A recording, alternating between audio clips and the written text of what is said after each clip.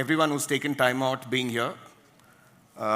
Warm welcome to the three panelists. This is the first session at the startup stage today. Beyond the topic, I think the interesting way I would like to introduce the panel is evolve back should have been the theme, quite certainly, because of multiple reasons, than decoding D2C success and pitfalls. The panel brings two or three things in common. One, they have an element of Shark Tank somewhere in them. We can talk about that later. The scale of ambition that they bring to the businesses that they've brought in, how they've disrupted the space. The third is, very interestingly, an awakening to tradition and time-honored practices. So that's how I'd like to introduce the three. So first question, before we move in, I think more of a context setting here. D2C, I think, has taken leaps and bounds, but a few things that we are keen to discuss today is our key success drivers that were once established changing quite dramatically now. The second piece is how do we decode practices which are kind of common practices that you've seen and common pitfalls that you see. And last but not the least, what we expect from the panel is, are there real blind spots that a very young group of people who are trying to probably set up their own businesses to look out for? So, and with that, first question, slightly controversial, but is there pure D2C exist anymore, or is it completely a business which is dependent on multiple channels, multiple logistical partners, and so on? For example, quick commerce is one place that most of you probably rely on your day-to-day to be able to do business much seamlessly. So with almost every D2C brand literally exploring quick commerce, especially for a business which needs a lot more things to be fresh, question to you, Yeshoda. How does this change the entire landscape when it comes to D2C? Hi, everyone. Can you hear me clearly? Yeah. So when it comes to quick commerce, it's obviously growing very, very fast. And at the end of the day, you have to be wherever your customers are going to be, right? And right now, that's quick commerce for any consumer brand. And as long as it doesn't affect the quality of the experience you're providing to your customer, you have to be there. For us at Hoovu, we've actually been on quick commerce for 5 years now. So even before Zepto existed, I guess, right? When early quick commerce players were Big Basket and Grofers, not even Blinkit back then. And for us, it came down to two questions. One is the unit economics of the product and the frequency of purchasing. Puja flowers are a very high emotional need, but a low wallet spend. So when you're spending 20 to 30 rupees every day on flowers, for me to take care of that last mile logistics and deliver to the customer obviously doesn't make sense in terms of unit economics. And if the customer is buying from us continuously, we need to be where it's most convenient for them to buy. So if someone's already on quick commerce platforms buying their groceries, it makes more sense to also sell fresh puja flowers there. So yeah, I mean, at least in my space, I don't think it makes sense to be purely D2C. I think that's the case for most brands these days. Of course, both of them can add to it, but you just need to be where your customer is without fixating on this is my model and this is the only thing that I'm going to be doing. Got it. Follow-up question, I think, Kuldeep, more from a point of unit economics, because does it dramatically change the way the business economics change because you have a partner in between? Has it impacted your brand? So, like if I tell about our brand, so roughly 20% of our revenue comes from D2C brand and almost 60% comes from quick commerce. So, but still D2C is relevant for us because we believe that that is a platform to tell our story, tell why we exist, why we are different. Because in other channels like quick commerce or in offline retail also, you have very limited space to, tell about the brand and everything and the purpose of the brand. So we see like in the new world, like the online world, like how you had like physical stores where, people would come and customer would experience about your brand and all. We see it that way. That in the quick commerce world, like now if quick commerce is going to become like multi-billion-dollar market or like that much revenue is coming from there, that means online space is happening and too much chaos is happening over there. So we think that it's a platform to showcase our story, maybe to acquire customer, and later on it's customer wish from where they want to buy and whatever they find convenient is. Got it. Premium D2C in an extremely price-sensitive market. Ridhima, more from a Namhya question that I'd be keen to know, does price impact decisions pretty heavily, even on products which are high on quality, number one? I think if I had to follow it up, does being premium help you stand out, or does it limit your growth? See, I think first of all, it completely depends on the kind of category you are in, right? So if I were to talk about Namhya, right? In India, the introduction of the brand happened primarily because you have a problem, there is a solution to it, right? Now, I'm not going to go and buy a tea which costs me about 500 rupees just because I like the flavor of the tea. You know, India is a very value-driven economy, right? Even people who are, let's say, high up in the ladder, they will not end up buying your product, even if it's expensive, unless and until it doesn't suffice the basic need, which is value, right? So it's not about expensive or cheap, it's about whether the product can deliver value, right? So I think that's the prima facie of the Indian economics as such.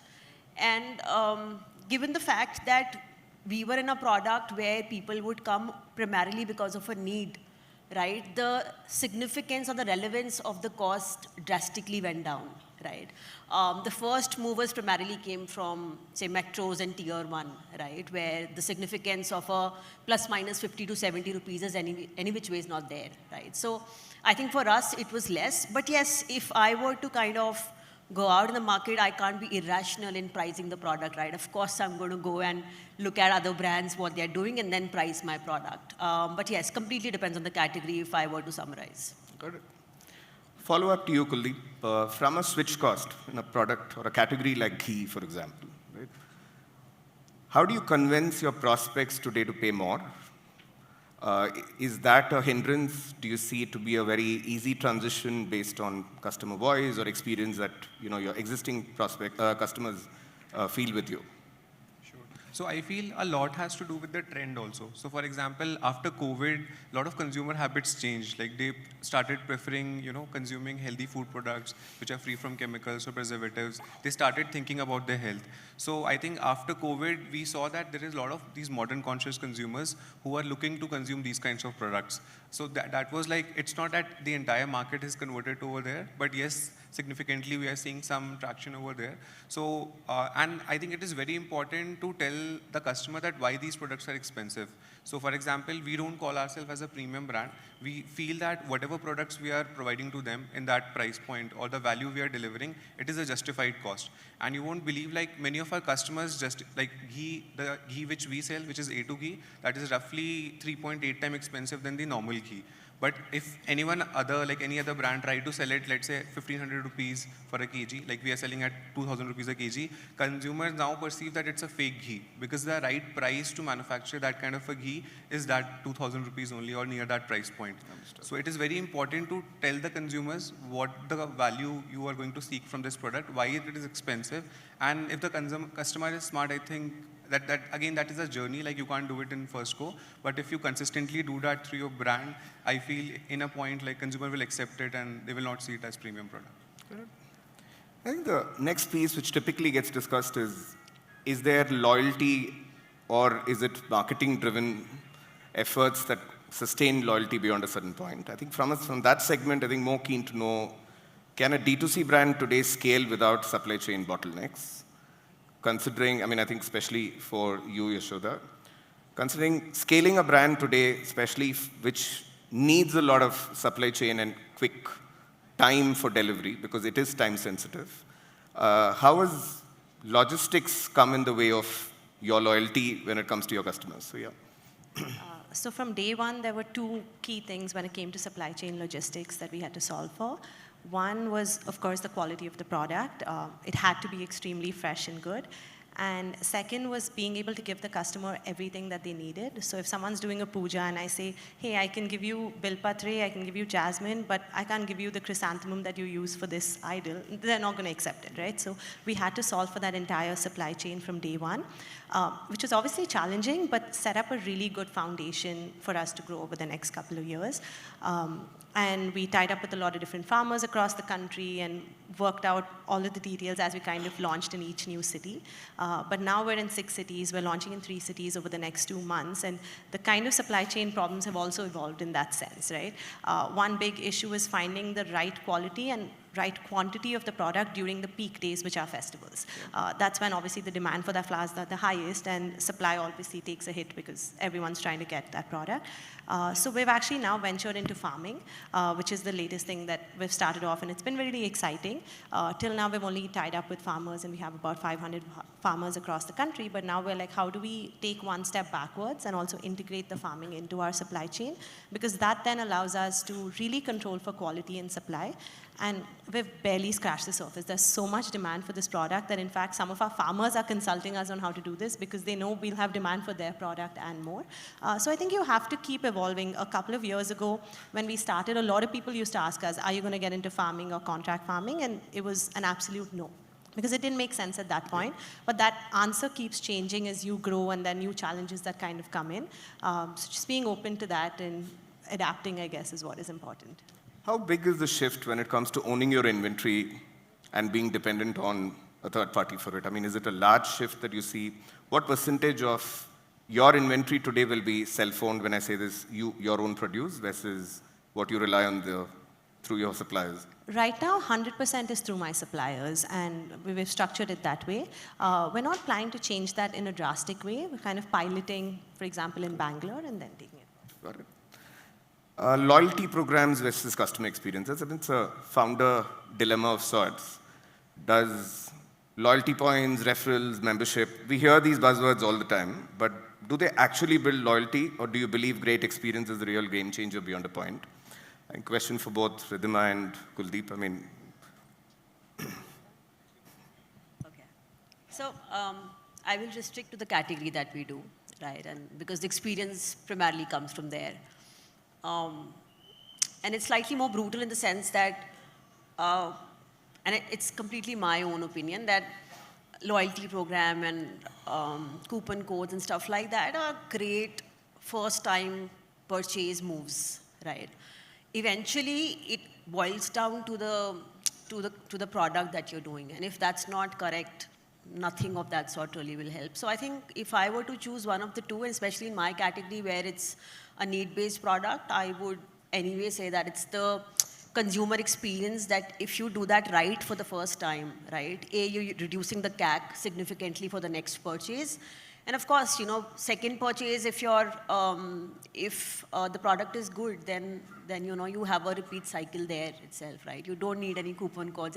But yes, I think there must be some difference. We've not seen much, and I think different founders will have different opinions on it, but I don't think that really drastically influences your purchase behavior as such.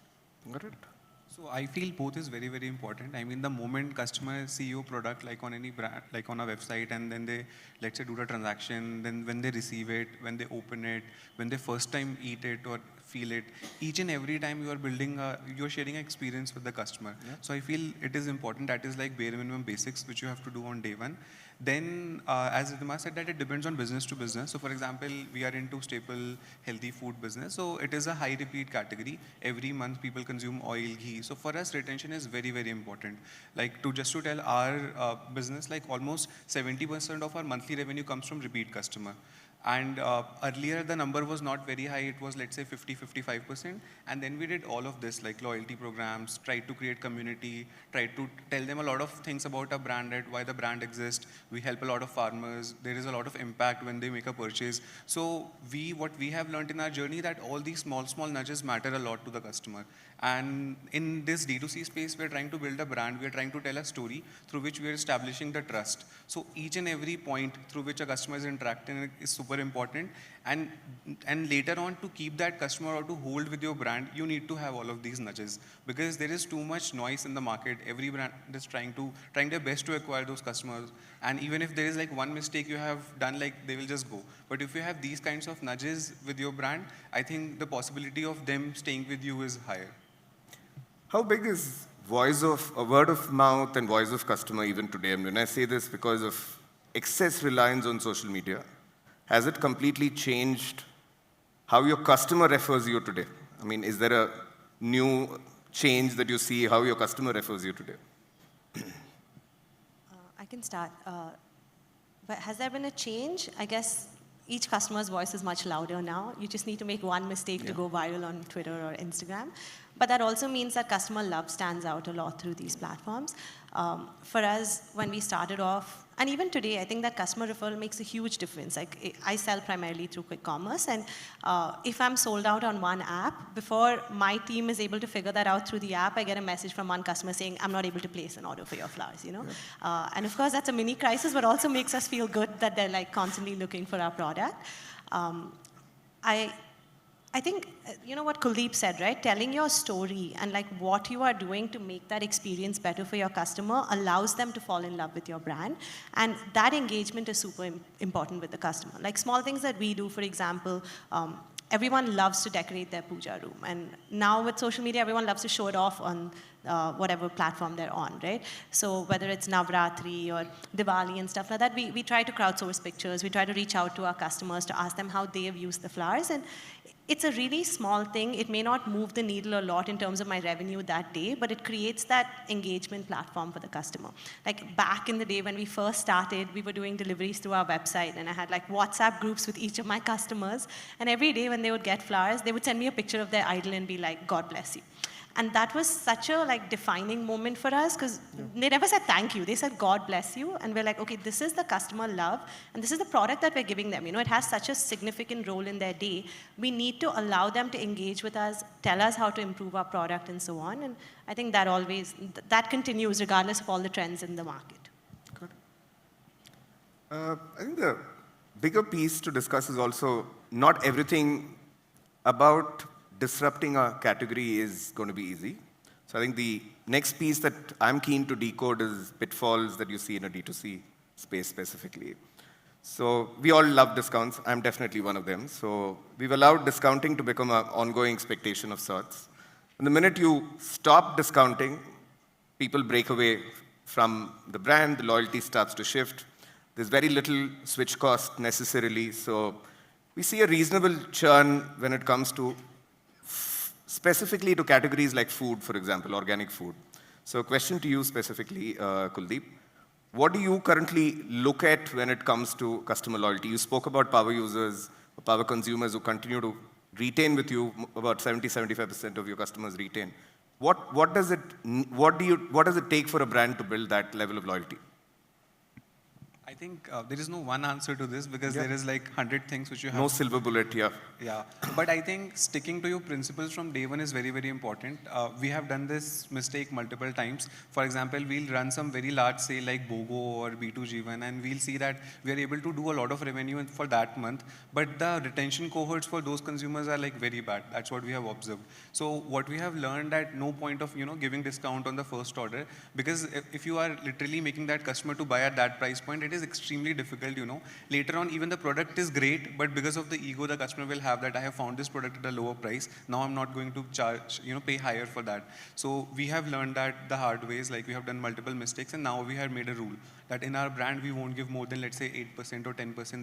That is like the hard-based rule which we never cross. That is one thing. And now we are trying to find more ways to, provide something extra to customers. So for example, we are heavy on freebies. So if you buy, let's say, more than this amount, then you'll get this freebie, or even more things like in the loyalty, for example, I was talking about, in all our repeat customers, almost 40–50% people use those loyalty points. So now they really look forward to it. Like, when they make a purchase, they get some coins. In the next purchase, they redeem it. So I feel that it's difficult to, acquire customer without discount just by telling the brand differentiation point and all. But I think to all the founders, like, they should stick to it, and it will take time, to acquire the customer, but you'll acquire the right customer who will stay with you for a longer time.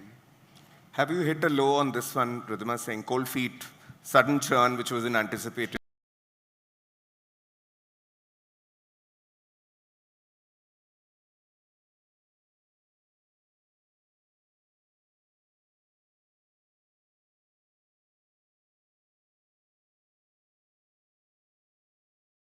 It's a bootstrap brand. There are expensive ingredients that I'm putting in the product. I can't afford discounts, right? So that was like, and I remember we started paid marketing only in the end year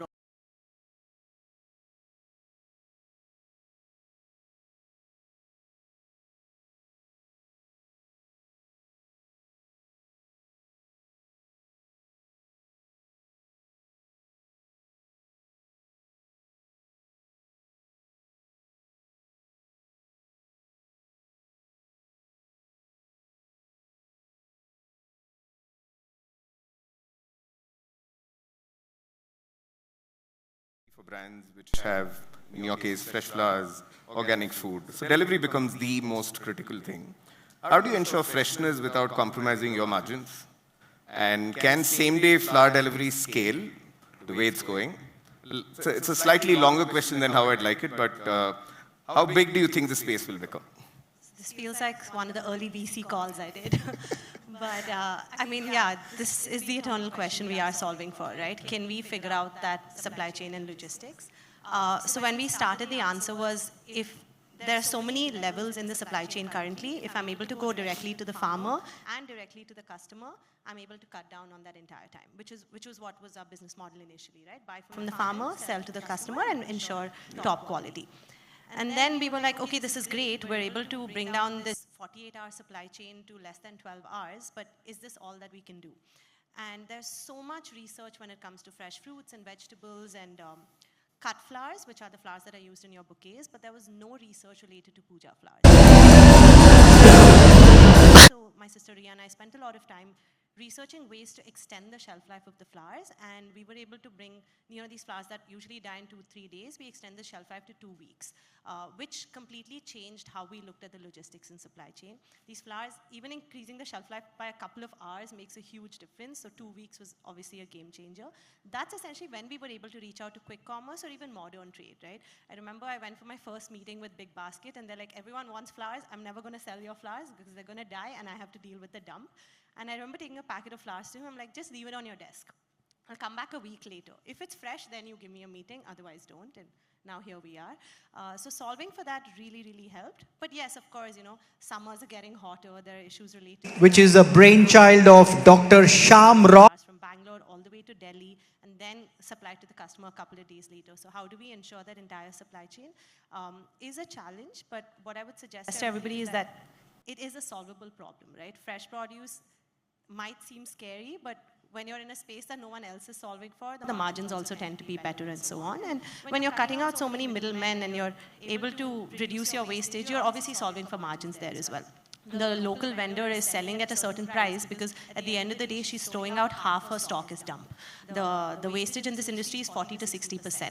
But if I'm able to bring my wastage down to less than 3% on average every single day, then I'm really able to give that margin to the customer then. The most complicated question which D2C brands give me very mixed signals. Amazing and incredible products. Are we going to see a growth which is going to be propelled, pushed by tier 2 cities? Or tier 3 cities even for that matter. So, I mean, everyone's discussion is on the niche D2C brand, which is urban-centric, metro-centric, for lack of a better word. Do you see this currently change in your business? Do you have a huge margin that's coming or volume that's coming from tier 2, tier 3 cities? I think I'm keen to hear from Ridhima and Kuldeep, so yeah. So for us, like on our website specifically, 40% of our revenue comes from tier 2, tier 3 cities. Only 60% is contributed by tier 1. And same with the quick com also, like when now quick com is entering into these tier 2, tier 3 cities, we are seeing very good growth, like because our tier 1 is also growing at a certain scale, but the growth rate in these cities are higher now, what we are seeing. So again, like how we are seeing this is that consumers are there also. They are also now understanding the need of the product or the value they are also trying to perceive. And if they're not able to find in their area or otherwise, like again, it depends on category to category also. What we realize that we are looking for these conscious consumers who are looking to consume high quality natural food products, and they present in tier 2, tier 3, even in villages also. Like it's just that they have that level of consciousness that they want to consume the right food. So we are seeing like a good growth, and we are now focusing heavily on these tier 2, tier 3 cities, specifically with quick com. Like tier 1 is established, like we have very good market share over there. For example, in our categories, we have roughly 20-25% market share in A to Ghee in all of these tier 1 cities. But the next game is that how we can do the same in any tier 2 cities, because there are also regional brands which they are picking up and they are onboarding. So we are seeing very positively, and we are trying to now find out more consumers in this space. So I think two things. One is that you can't look at the consumer now from a lens of tier 2, tier 3 or tier 1 probably. Also because I think deep pockets sit all across, right? So if I look at that 80-20 Pareto ratio, right? So the 80% spender is still sitting in tier 2, tier 3. even from an exposure level, right? Most of the exposure is coming from social media today, right? So from that lens also, there is no less of what I know if I'm sitting in tier 2 or tier 3, right? From a logistics perspective also, there's literally no difference left, right? Apart from maybe places like Manipur, which still have a few challenges in terms of logistics, but otherwise I think we are mostly okay. Now, with respect to our brand, there's very interesting data, which is that the purchaser of the product is probably sitting in tier 1 or metro. And then the delivery address usually sits in tier 2 or tier 3. Probably they are buying for their parents or somebody in those cities, right? Because the products are of that nature. So that itself for us is about 40%, right? Another 20% is coming from tier 1 and tier 2. So for us, it's a significant chunk of the business that's coming from there. So I think we'll have to stop thinking about it from the lens of tier 1, tier 2, tier 3 now. I think people are very smart. And I myself, I've been staying in a tier 2 for the last 1 year. I mean, it's crazy how people spend, especially because the disposable incomes are much, much higher because they don't have to end up paying rent that you're paying probably back in the metro, right? So it's a very different game altogether. Got it. And how does any panel ever conclude without a question on AI? Right. So it is probably a word all of us are trying to get some answers around and decipher, but AI and personalization, do you guys think it's going to be the next growth lever? Do you already use it very effectively in your day-to-day business? This is an open question for all three. Happy to hear insights, perspectives. So yeah, definitely very different in our context. But we are a very heavy operational business, right? And from day one, so my sister is the CTO, so she's come up with all the technology, and we built a pretty robust dashboard and internal apps that kind of help us process day-to-day and replicate our model in the different cities that we go to. And I think the most exciting project that she's taken on now is how to incorporate AI better in terms of giving the right kinds of insights to our internal teams to be able to scale faster or understand the trends in the markets when it comes to flower prices and stuff too. There's daily fluctuations on the prices. There's a lot of seasonality, harvest cycles. There's a lot of data that needs to be taken and then obviously analyzed in the right way. It's very easy to then get overwhelmed by that. And there's nobody else that has set that precedent in the flower space. So it's exciting for us to be able to then do that through the assistance of AI, but I think she's much better equipped to answer it in detail than me. Sure. I think, I mean, again, you know, us is like all manufacturing end to end, and it's a very ops heavy business. But at the same time, we do use that for content creation and what can possibly go viral and all of those things. I wouldn't say we are fully utilizing it, but definitely, I think next 2 to 3 years are going to be very interesting because most of the people who are sitting in the mid-management level are going to go off, you know, the way meta learnings have happened, right? How mature pixels have gone. There's a lot of things, you know, maybe ads optimization is definitely something that I see going off. You know, you will no longer need agencies to do that. Content creation is going to be another thing because as a D2C brand, you're literally creating so much content every month, right? So that's going to be heavily dependent on AI. And yeah, I think all these analytics and analysis, business analyst guys are probably needing some more help there. Yeah. First of all, I'm very happy that you asked this question. I am a computer scientist, like I'm a computer science graduate, like by education, but like doing the brand. So I have built the tech team first in the brand. Later on, I did the other part. So today we are using tech like in a very, very massive way. As in like each and every team member, like my entire supply chain and operations operate on our own ERP, due to which we are able to deliver the customer in a very fresh manner. So for example, we have metrics that within 10 to 15 days of manufacturing, we have to make sure that the product is with the customer. And we have seen that with natural products, the freshness is better, like, and if you, like, even if it has a longer shelf life, but still the taste, quality, aroma, it usually degrades with time. So we use to manage our inventory very, very well. And you won't believe, like, we have very few people, everything is automated. For example, today our inventory is lying almost at, let's say, 150 locations across India, like all FBA centers, all quick com centers, our virtual warehouses. And there is no human who take the decision where to send what. It's the automated system which tells you that you should keep these many inventories of these many SKUs on this particular location so that your miss rate and fill rate is like accurate. So we use a lot for inventory management, and we see even more heavy potentials, you know, to do more. Like in our company, like we feel that operation should be brainless. Like it should be process and system driven, where each and everything should be done on our system, where a person should not take that decision at, oh, let me send it or not send it. So we use heavily over there. Second is on the team efficiency. So for example, my content team or my graphic team, now they use a lot of AI tools through which they're able to deliver more versus what they were, taking a lot of time to build it from scratch on Figma or Canva. So there also we are utilizing this a lot. And now we are pushing to use, let's say, ChatGPT or any of this Symphony like kind of platform, each and every compulsory to people, because we have seen that their productivity level goes very up if they really know how to use it. It's frustrating in the beginning. So especially with the non-tech people, they don't prefer, they are fine with their original way. But I feel that if you really use it, within few months, you will get a hand of it, and then you will love it. You will feel like, why I was not doing it before? Like the life has become so easy. So I see a huge potential. Like if you can infuse the tech with the brand piece, growth can be phenomenal. Interesting. Great point. We've got about 5 minutes left for any quick questions before we wrap up the round. So we may want to pass a few mics.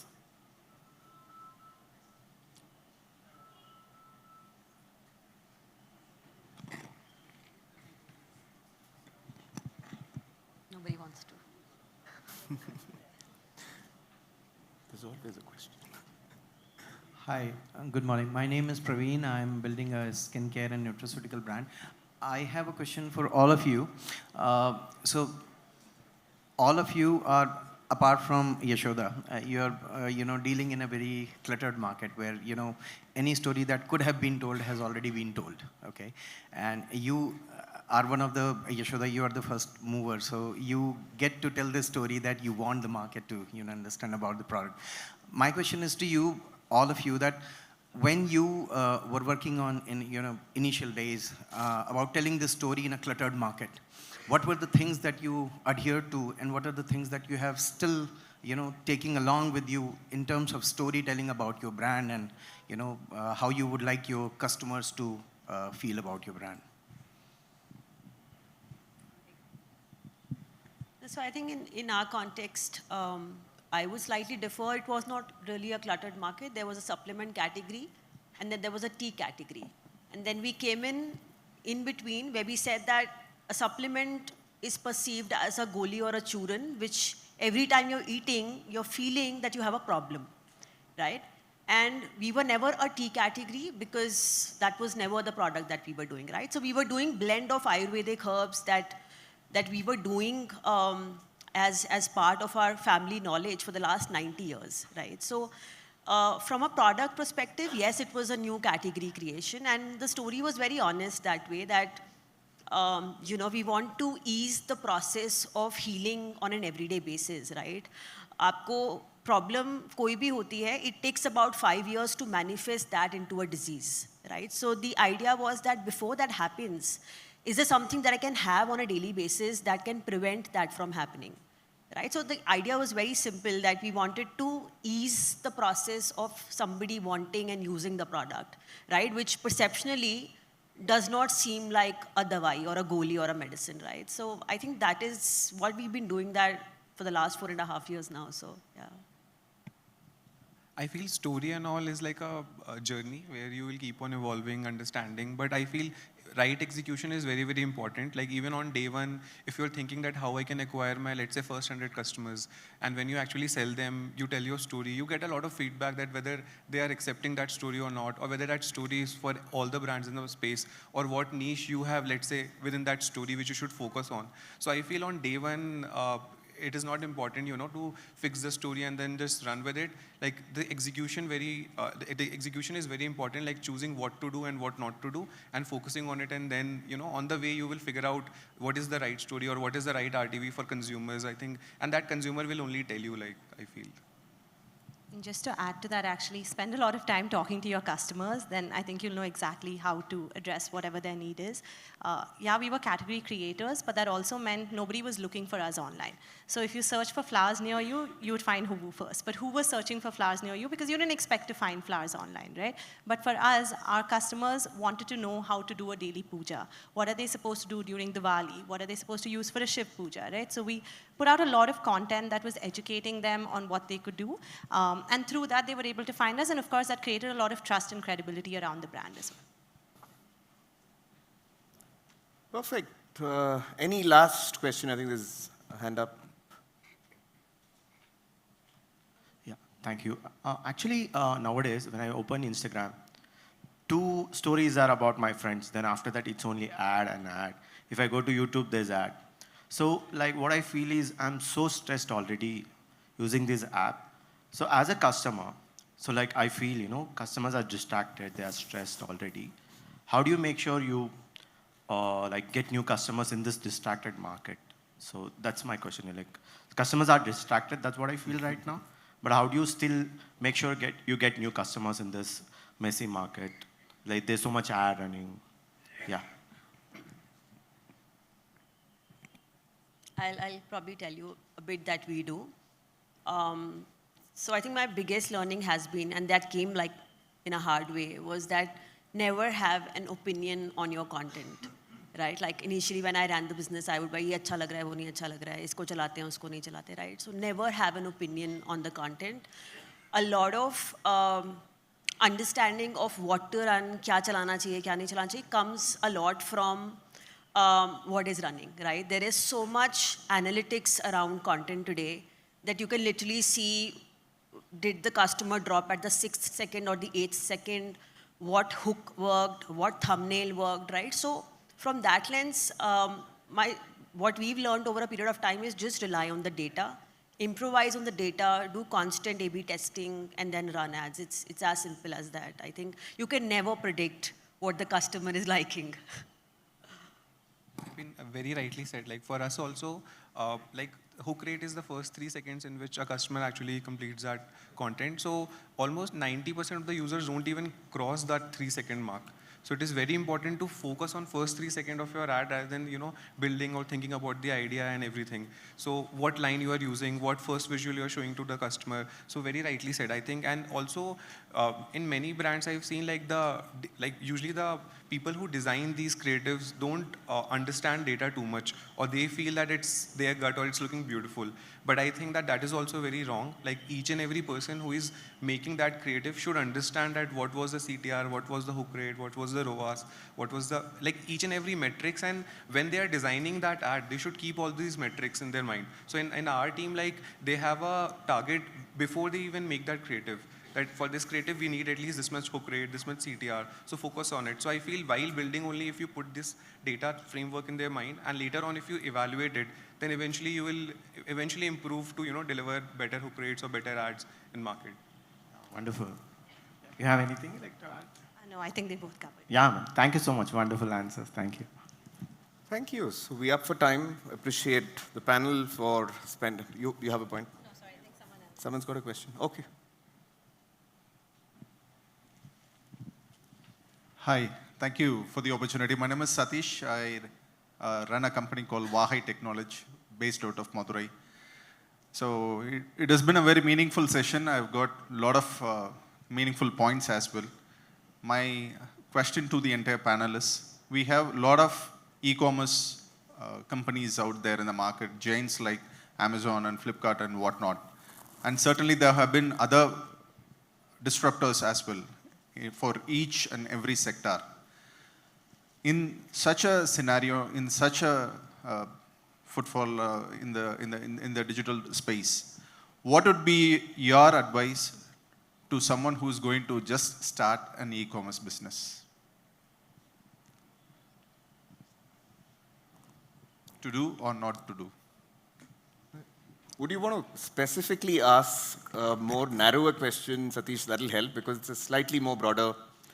I think it's probably all of what we just spoke about is the right answer, but any specific narrow point will be more than right happy now to. we have got, I mean, anything can be purchased online. Anything you Google it, you can buy it in one website or the other, in a giant or in a disruptor. So there isn't something that is not available online. So in that scenario, if I'm going to be starting something new on grocery, for example, let us say. So I feel as an entrepreneur, we are always trying to solve some problem of a customer, right?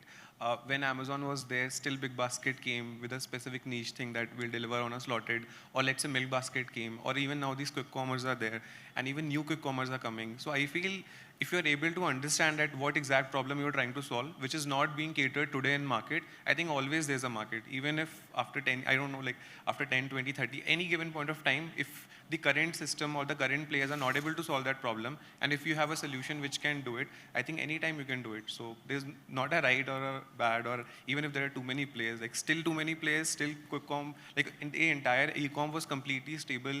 It was there everywhere, but still that 10-minute need came out and the consumer started using it, and now there are so many players. So I feel that at any given point of time you can do things. It's just that you are able to find that niche, or if you are able to solve a specific problem of a consumer which is not being catered, I think it can be made. Thank you. Thank you so much. Thank you. I can see very angry looks from people who are saying it's overtime. So thank you for being a great audience. Thank you, panel, for being honest and open about your views. So appreciate it. Thank you. Thank